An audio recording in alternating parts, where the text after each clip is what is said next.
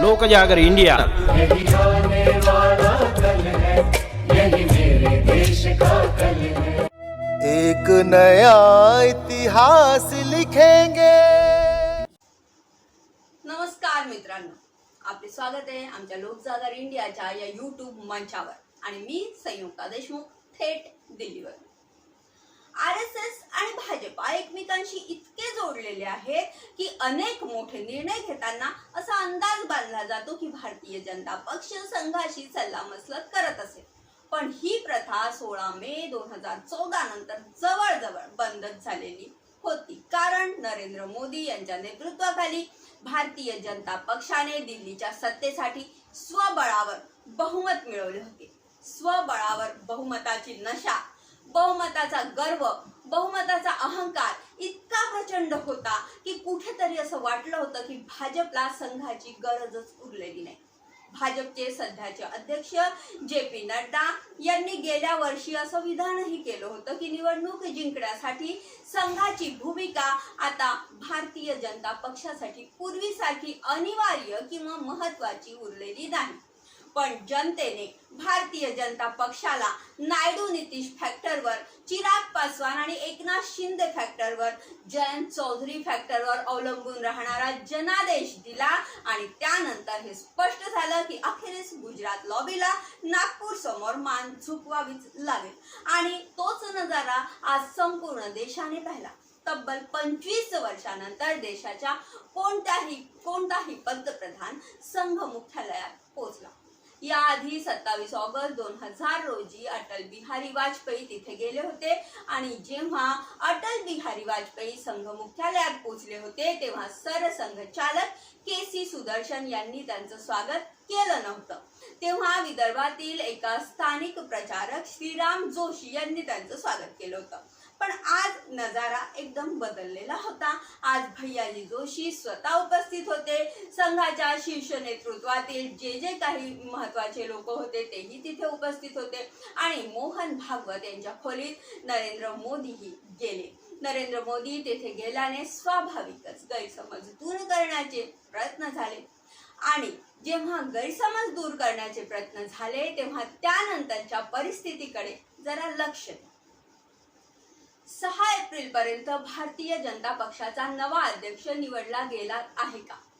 6 April Bharatiya Janata पक्ष आपला 45वा स्थापना दिवस साजरा करतोय।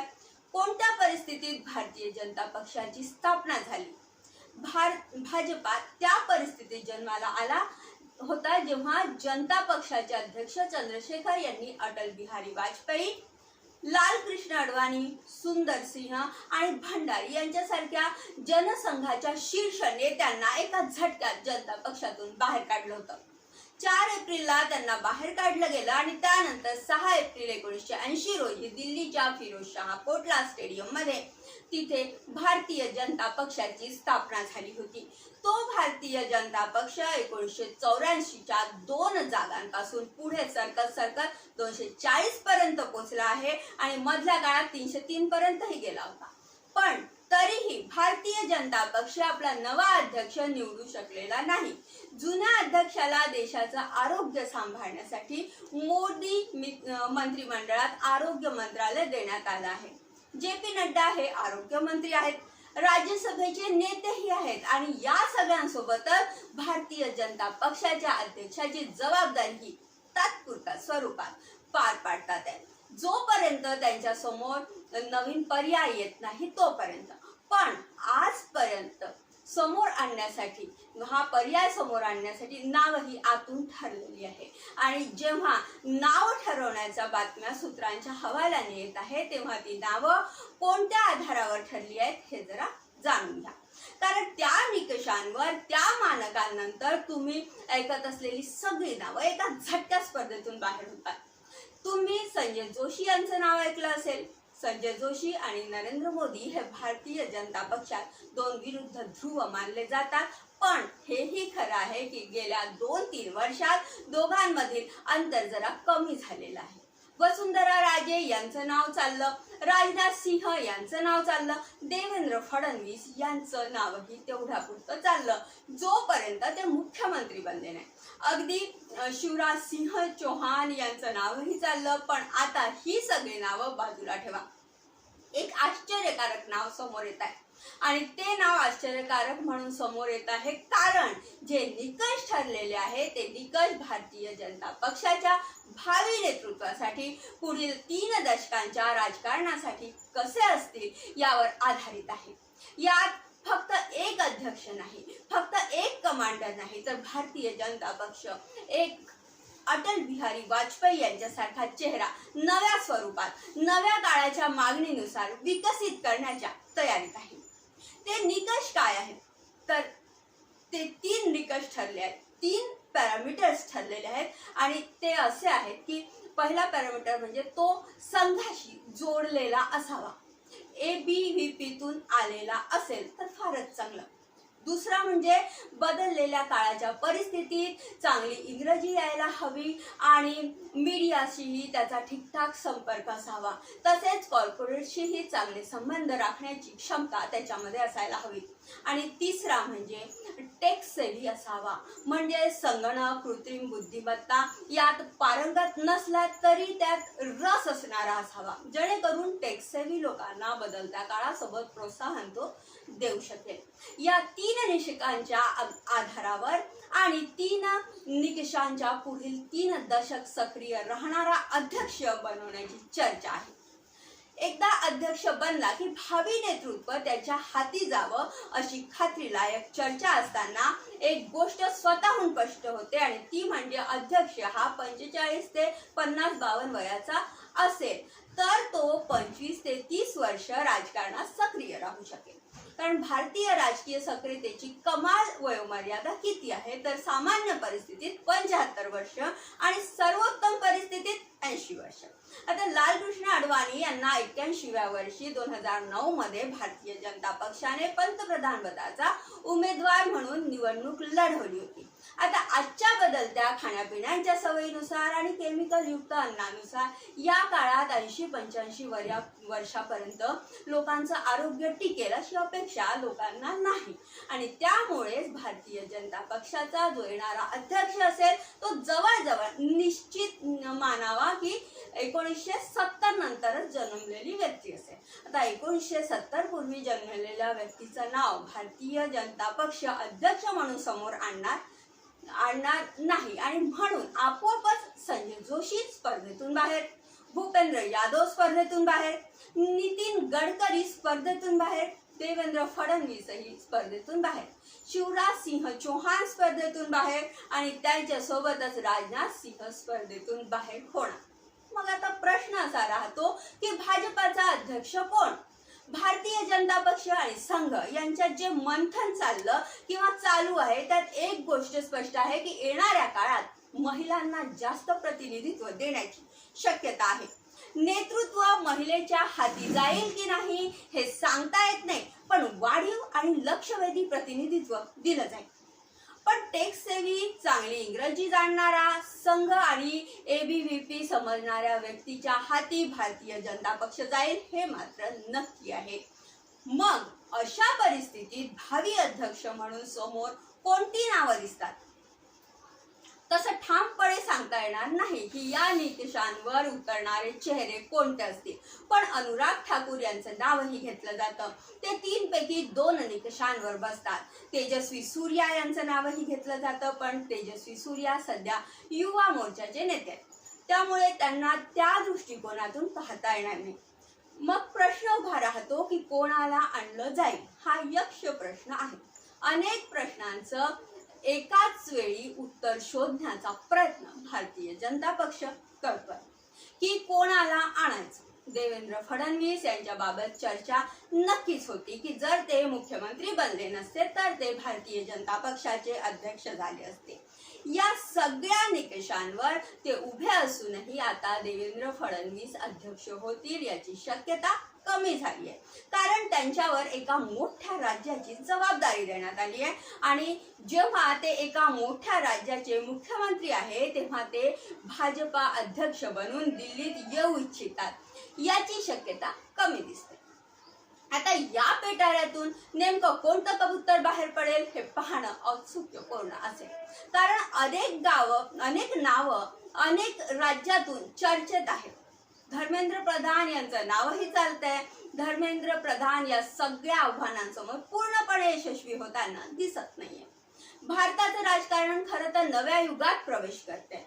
RSS समोर अडचण अशी आहे की आता त्याच्यासाठी समर्पित प्रचारकांचे निकष, ज्यावर संघाचं संघटन चालतं, ते निकष आजच्या उपभोक्तावादी संस्कृतीच्या काळात सोबत घेऊन चालणारे आणि ते निकष कटाक्षाने पाळणारे लोक कमी होत चालले आहेत. सक्रिय प्रचारकांनी आणि पूर्णपणे समर्पित प्रचारकांची संख्या दिवसेंदिवस कमी होते आहे. जुनी पिढी हळूहळू निवृत्तीकडे जाते आहे आणि नव्या पिढीत तशा प्रकारचे लोक संघासोबत येत नाहीत. केंद्रातल्या 11 वर्षाच्या सत्तेने आणि अनेक राज्यांमधल्या सत्तेनेही संघाच्या कार्यकर्त्यांना इतकं सुखासीन बनवलं आहे की आता जशी स्थिती CPMच्या कार्यकर्त्यांची 34 वर्षापूर्वीच्या शासनकाळात पश्चिम बंगालमध्ये झाली होती की सत्तेऐवजी विलासितेला प्राधान्य देण्यात सुरुवात झाली होती आणि परिणामी लाल सलामचा नारा अलिमुद्दीन स्ट्रीट पासून रायटर्स बिल्डिंग पर्यंत पूर्णपणे भंगारात गेला होता. तशीच स्थिती येत्या काळात संघाचीही होणार नाही ना, याची संबंधितांना चिंता भेडसावत आहे. मध्य प्रदेशात भारतीय जनता पक्ष जवळपास 22 वर्षापासून सत्तेत आहे. छत्तीसगडात 22 वर्षापासून सत्तेत आहे. गुजरातमध्ये 30 वर्षापासून सत्तेत आहे आणि राजस्थानात रोटेशन सोबत पुन्हा सत्तेत येत आहे आणि जात आहे. जिथे भारतीय जनता पक्षाचं शासन दीर्घकाळ आहे, तिथे संघाची सर्वात मोठी प्रयोगशाळा आणि मोठा गडही आहे. त्यामुळे स्वाभाविकच कार्यकर्त्यांमध्ये विलासता, सत्तेसोबत येणाऱ्या वाईट गोष्टी संघाच्या लोकांमध्येही घर करून बसल्या आहेत. आणि संघाला यावेळी चिंता आहे की भाजपाला वाचवायचं असेल तर संघाला वाचवावं लागेल. 2047 पर्यंतची चर्चा नरेंद्र मोदी करतात, पण संघ 2047 पर्यंतची चर्चा करत नाही. आपला अजेंडा सुरू ठेवण्यासाठी संघाला कुठेतरी अस्सल आणि कसदार नेतृत्व हवं आहे. RSS बद्दल लोक म्हणतात की ते मोहन भागवत यांच्यापर्यंतच मर्यादित आहे. मोहन भागवत हे सरसंघचालक असू शकतात, पण मोहन भागवत एकट्याने त्या हैसियतमध्ये नाहीत ज्या हैसियतमध्ये नरेंद्र मोदी भारतीय जनता पक्षात आहे. की पहिल्यांदा आमदार झालेल्या व्यक्तीलाही ते हवं तर मुख्यमंत्री बनवू शकतात, ज्येष्ठांना बाजूला करू शकतात, चिठ्ठीने मुख्यमंत्री बनवू शकतात, चिठ्ठीने पक्षातले निर्णय घेऊ शकतात किंवा झटक्यात या देशाची अर्थव्यवस्था रसातळाला नेणारा निर्णय म्हणजेच नोटबंदीही घेऊ शकतात. तशी हैसियत संघात मोहन भागवत यांची राहिलेली नाही किंवा आधीही नव्हती. मोहन भागवत यांना कुठेतरी संघाच्या सर्वोच्च परिषदेच्या शीर्ष नेतृत्वातून सामूहिक निर्णयाकडे जावं लागतं आणि तो सामूहिक निर्णय नरेंद्र मोदींना सांगण्यात आला आहे की अध्यक्ष या निकषांवर फिट बसणारच असावा. नावं तुम्ही द्या आणि त्या नावांवर आम्ही विचार करू. वरील 3 निकष पूर्ण करणाऱ्या चेहऱ्यांचं एक पॅनल तुम्ही पाठवा. त्यातून एक भाजप अध्यक्ष असेल आणि त्यानंतरचा भाजपा अध्यक्ष रबर स्टॅम्प निश्चित नसेल. भारतीय जनता पक्षाचं नेतृत्व तयार करताना रबर स्टॅम्पने नेतृत्व तयार करता येणार नाही. भाजपच्या अध्यक्ष अधिकारासह काम करणारा असेल, अगदी तसाच अध्यक्ष जसा लालकृष्ण अडवाणी होते, ज्यांनी अनेक मोठे निर्णय घेतले. एका काळात अटल बिहारी वाजपेयी यांनाही बऱ्याच अंशाने बाजूला केले गेले होते. अगदी तसाच अध्यक्ष जसा राजनाथ सिंह आपल्या पहिल्या कार्यकाळात 2006 मध्ये होते, ज्यांनी भाजपच्या केंद्रीय संसदीय मंडळातून नरेंद्र मोदी यांचं नाव काढून टाकलं होतं.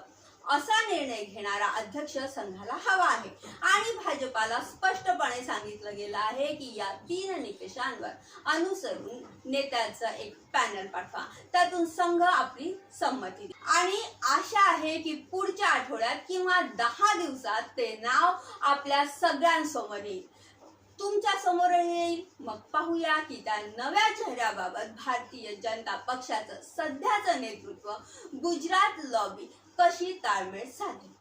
आपण पाहत राहा काय होत आहे. पण आज मोठा निर्णय होण्याच्या बातम्या येतात आहे आणि तो मोठा निर्णय पुढच्या काही दिवसात तुमच्या समोर येईलच अशी आशा आहे.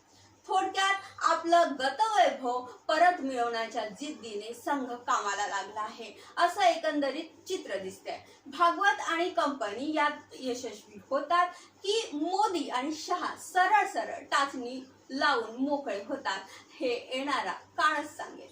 मात्र आज तरी डाव माझा तुझा मोडल्यासारखा, टाचणीने फुगा फोडल्यासारखा अशीच अवस्था संघ भाजपाची झालेली आहे. असो, तूर्तास इतकंच. परत भेटू एका नव्या विषयासोबत. तोपर्यंत पाहत रहा लोकजागर इंडिया. नमस्कार. आने वाला कल है यही मेरे देश का कल है. एक नया इतिहास लिखेंगे.